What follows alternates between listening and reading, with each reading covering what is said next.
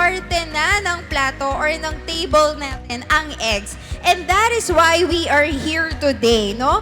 The Cage-Free campaign brought us all here together to celebrate the World Egg Day. We recognize the wonders of egg as we know it, and at the same time, no, amplify, palakasin pa natin, palawakin pa po natin ang awareness natin at ang call to choose better, #choose cage-free.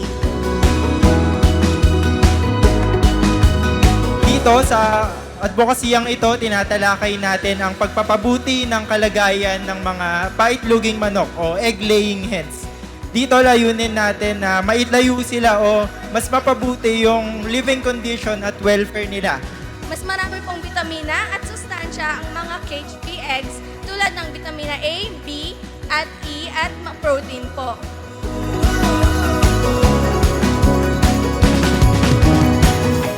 Ating mga inahin, it's high time to put the spotlight on them na dapat maranasan nila kung paano maging isang hayop, kung paano gumalaw ang isang manok at hindi lamang nakalilimatahan sa espasyo sa loob ng isang kulungan.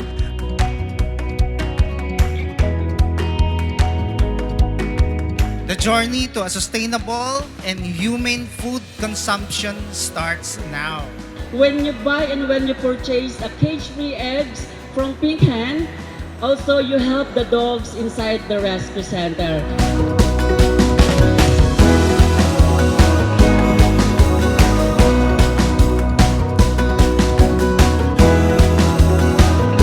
Cage-free eggs kasi, since yung mga inahin, di ba, usually yan, naka-battery cages, hindi sila makagalaw. Sipin nyo manganganak kayo, kasi hindi kayo makaka-stretch, yung wings nyo.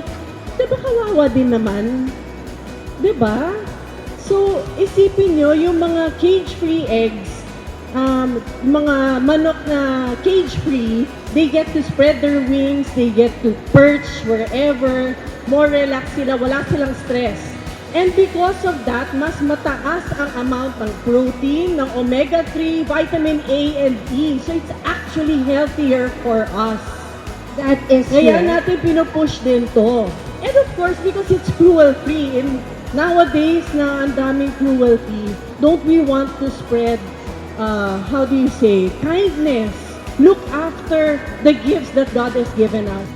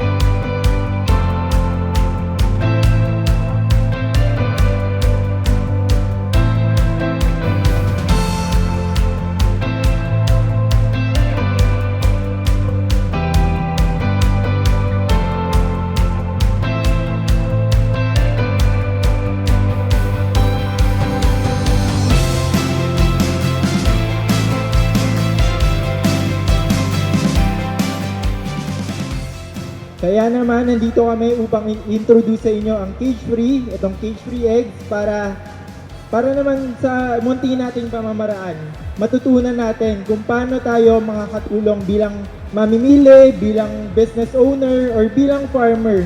Yan, may magagawa tayo upang mapaganda ang kalagayan ng mga egg-laying hens o mga paitloging manok dito sa Pilipinas.